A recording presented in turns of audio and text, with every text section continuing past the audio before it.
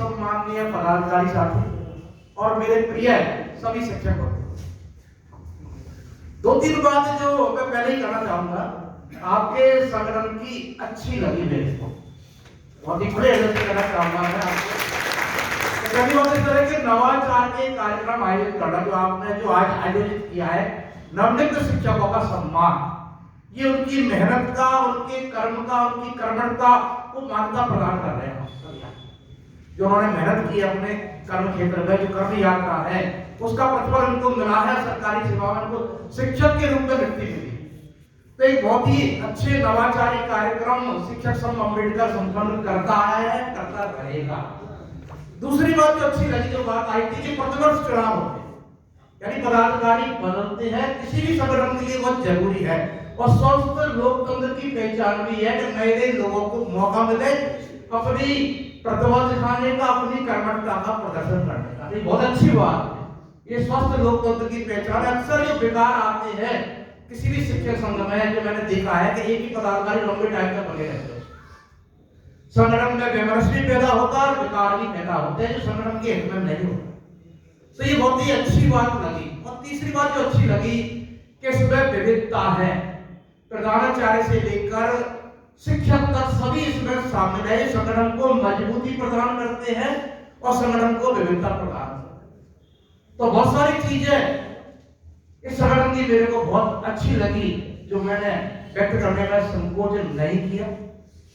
अब मैं बधाई देना चाहूंगा, सबसे पहले बधाई देना चाहूंगा सभी जो नवनियुक्त साथी हैं, जो शिक्षक के पद पर नियुक्त हुए, चाहे वो थर्ड ग्रेड शिक्षक है, चाहे वो सेकंड ग्रेड है, चाहे वो बैचा है।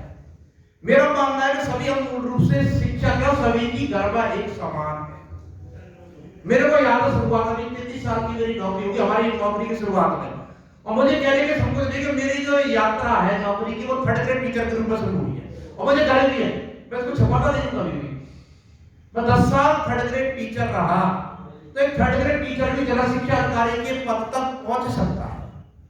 तो किसी भी थर्ड ग्रेड टीचर को ये हीन भावना नहीं रखनी कि मैं हमारा पद छोटा है या सेकंड ग्रेड हमसे बड़े, हम सब एक हैं। थर्ड ग्रेड टीचर से लेकर हमारे प्रोफेसर होते हैं जॉइंट डायरेक्टर, सभी मूल रूप से शिक्षक है और सभी की शिक्षकों की गरिमा एक समान है और सभी की गरिमा का सम्मान होना चाहिए। तो मैं सभी को बधाई देना चाहूंगा इस अवसर पर, और विशेष रूप से बधाई देना चाहूंगा कुरन जी जब विराजमान थे, उनका आदेश में चाहिए। तो ये सभी के लिए संदेश है कि हमें जो पद मिला शिक्षक का, उसके बाद भी हमको प्रयास करते रहना चाहिए बड़े पद के लिए। अगर हमारा चयन प्रशासनिक सेवा में, कुरन जी बैठे चले गए, हाँ बैठे ना, मैं आपसे अनुरोध करना चाहूंगा, प्रशासनिक सेवा में आपको सेवा करने का मौका मिलेगा।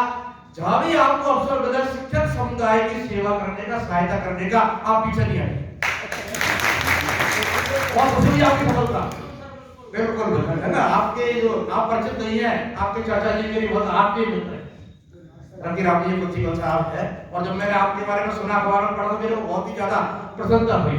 मेरे मित्र के भतीजे आर्यस में चाहिए, 3 बंधुओं को सगे भाई है, उनको बधाई देना चाहूंगा विशेष रूप से। एक साथ चयन होना निश्चित रूप से आपके माता पिता के पुण्य फल जो प्रतिफलित हुए।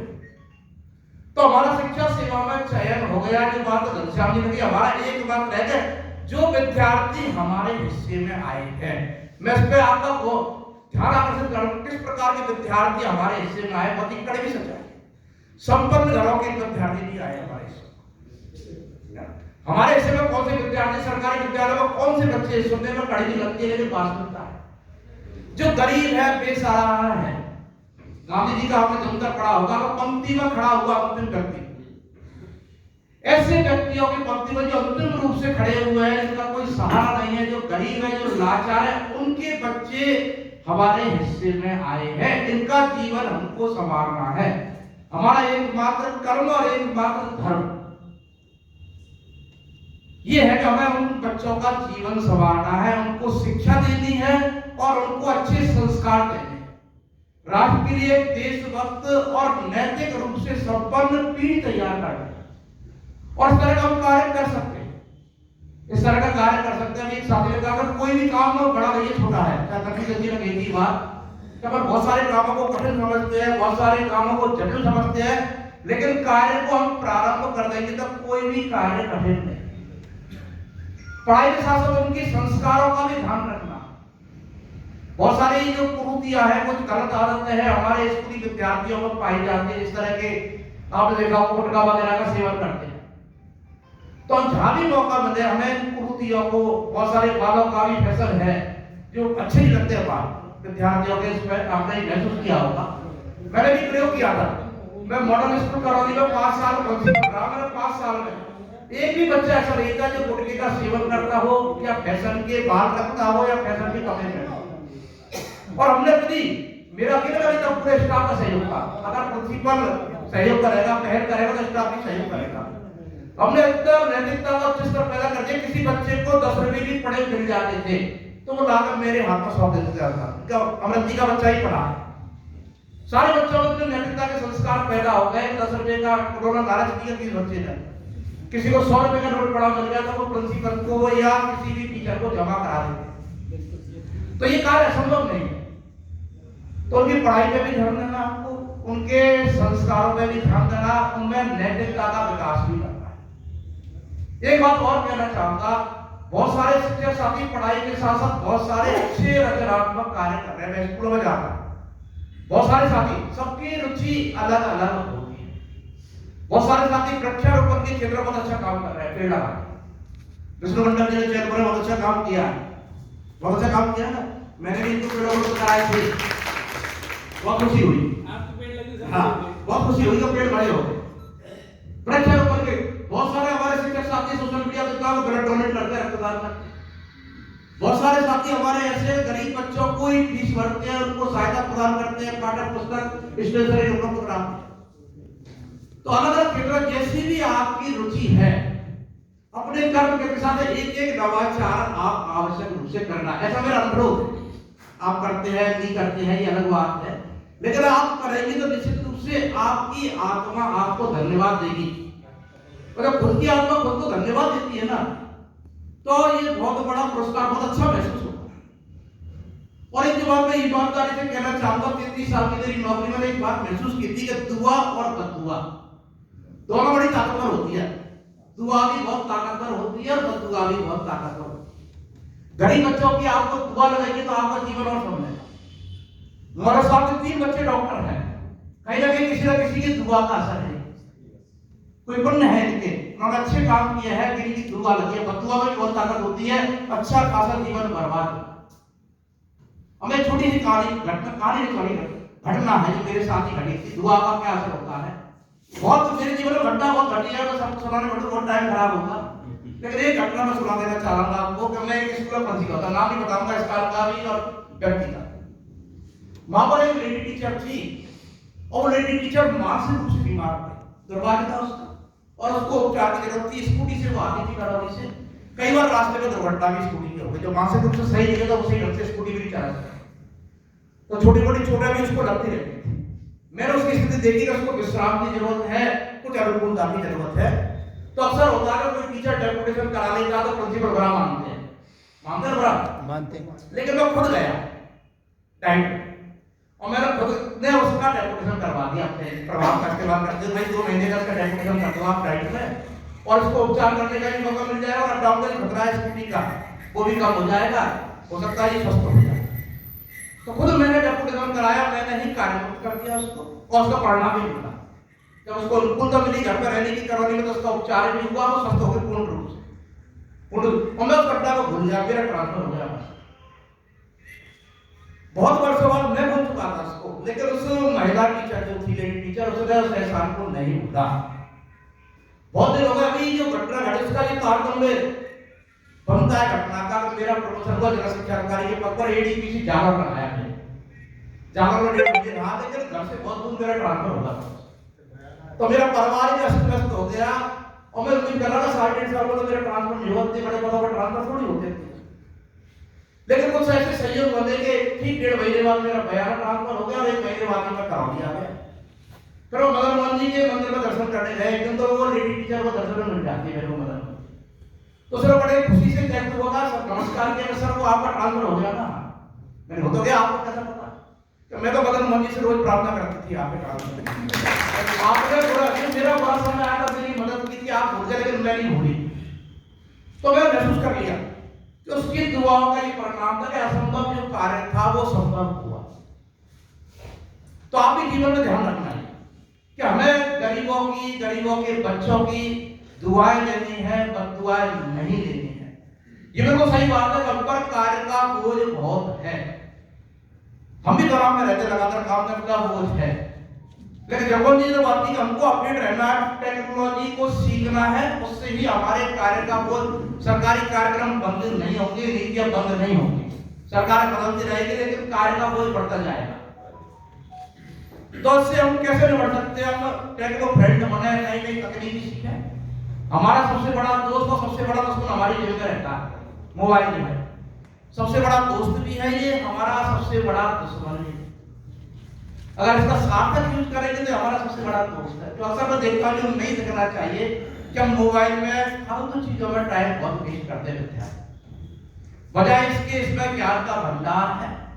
इसमें जो ज्ञान का भंडार है उसका लाभ गरीब बच्चों को मिले, विद्यार्थियों को मिले, तब ये हमारा सबसे बड़ा दोस्ती बन सकता है। बहुत सारे कार्य हमारे एंड्रॉइड मोबाइल से संभव हो जाते हैं, जो जगमोहन जी ने विस्तार से बताई थी। और एक बात ललिता जी ने बहुत अच्छी कही थी कि अगर आप अपने संस्था प्रधान का सहयोग करेंगे, संस्था प्रधान मानसिक रूप से शांत रहेगा और वो आपकी समस्याओं का भी हल करेगा। ये बहुत ही गहरी बात है। तो हमें जहां भी हम सकारात्मक कार्य कर सके, अच्छे कार्य कर सके, जो भी हमारे अधिकारी हैं उनका सहयोग करें। एक सकारात्मक भूमिका हमारी रहनी चाहिए। ज्यादा देरी बात है कार्यालय की, मैंने कभी भी किसी भी टीचर के काम को अटकाने में विश्वास नहीं रखा। जो भी मेरे से परिचित है, बहुत सारे साथी परिचित है मेरे से, यहाँ लगभग 30 साथी परिचित है, बहुत सारे साथी परिचित है, परिचित है वो जानते हैं मेरी कार्य प्रणाली है। मैंने कभी भी हस्ताक्षर करने में देर नहीं करता हूँ, किसी का भी कार्य मैं देरी क्यों करती? उसका कार्य है, वाजिब कार्य है, वो होना है, उसको 2 दिन बाद करे तो आज ही करते, अभी करते, हम भी फ्री हो गए। और मेरी मानसिकता है कि मैं कभी भी किसी भी कार्य को अटकाने में विश्वास नहीं रखता, और आगे भी मैं ये वायदा करता हूं मंच के माध्यम से कि जो भी आपके कार्य है, वाजिब कार्य, जैसे जो शिक्षक साथी उनके 90% कार्य पीओ लेवल पे हो जाता है। कहीं किसी भी साथी का कार्य पीओ लेवल पर अटका हुआ है या मेरे कार्यालय में अटका हुआ, आप मेरे को 24 आवर फोन से भी अवगत करा सकते हैं, व्यक्तिगत मिल सकते हैं, निश्चित रूप से आपकी समस्या का समाधान होगा। मैं पूरा सहयोग। कई बार मजबूरी हो जाती है, विलंब हो जाता है, तो मैं बता देता हूँ ये कार्य इतने समय में आपका पूरा हो जाएगा, लेकिन होगा जरूर। अभी और हम खेल हुए थे संस्था प्रधानों की पीएल, आप गौर करना, करौली ब्लॉक का सबसे ज्यादा पीएल मिली और ब्लॉक को मिली ना मिली। और सीनियर साथियों ने मेरे को डराने का प्रयास किया, आपने पीएल दे, लेकिन नियम से पीएल बन गई। नियम से इन्होंने कई सप्ताह का काम किया, तो पीएल बनती तो डरने वाली बात क्या है? आप दो या दो, मैं सबसे पहले दूंगा। तो करौली को सबसे पहले नहीं, और सबसे ज्यादा पीएल दी। तो आगे भी मेरा प्रयास ये है, आगे भी ये प्रयास रहेगा कि शिक्षक बंधुओं की समस्या का जितना भी समाधान हो सकेगा, निश्चित रूप से मैं समाधान करने का प्रयास करूंगा। इस अवसर पर आपने मुझे बुलाया, सम्मान दिया, इसके लिए मैं शिक्षक संघ अम्बेडकर के सभी पदाधिकारी, सम्मानित साथी है मेरे, उनका हार्दिक आभार व्यक्त करूं। और एक बात और कहना चाहूंगा, जो भी बहुत ही चैलेंजिंग वर्ग आते हैं हमारे ब्लॉक के कार्य में, तो ओलंपिक खेल आए, महंगाई राज सेवर आए थे, अभी इलेक्शन आए थे, तो सभी के ब्लॉक के शिक्षकों का भरपूर सहयोग मेरे को मिला है, इसके लिए मैं हार्दिक आभार व्यक्त करता हूं। बहुत तो मौका मिलता है से हार्दिक आभार व्यक्त करने का, आज अवसर है हर कार्य में। ओलंपिक खेल सफल हुए, ओलंपिक खेलों में मैं पूरा तनावग्रस्त हो गया कि मैंने मान लिया कि 4 सीट मेरे को मिलेगी, मान देता हूं मैं नेचर है कि ओलंपिक खेलों में 4 सीट मिलेगी, मैं स्वीकार कर लिया, तो मिलने से पहले नहीं मिली, लेकिन नहीं मिली। क्यों नहीं मिली? आपका पूरा सहयोग मिला। जब आपका पूरा सहयोग मिला तो हमारा भी फर्ज बनता है कि आपका कोई भी वाजिब कार्य है, आपकी कोई भी समस्या है, उसका समाधान हम करें। तो मेरी हमेशा से भावना रही है और हमेशा से रहेगी कि हम मिलजुल कर, एक अलग अलग विषय अधिकारी, अलग अलग शिक्षक, अलग एक ही टीम है, हम सामूहिक रूप से हमारे सामूहिक है। आप स्वस्थ और प्रसन्न रहेंगे तो हम भी स्वस्थ और प्रसन्न रहेंगे, ठीक है? हमारा पूरा जिला, पूरा ब्लॉक तरक्की करे। तो हम सभी टीम भावना का परिचय देते हुए विद्यार्थी के हित में ही कार्य करें, ऐसा संकल्प लेके जाए। और एक और बधाई देना चाहूंगा, अभी चुनाव होंगे जो भी पदाधिकारी बनेंगे, मैं अग्रिम रूप से उनको बधाई देना चाहूंगा, शुभकामना देना चाहूंगा कि संगठन के हित में, शिक्षकों के हित में आप कार्य करते रहें। पुनः मैं आप सभी का हार्दिक आभार व्यक्त करता हूं मुझे बुलाने का, सम्मान देने का। जय हिंद।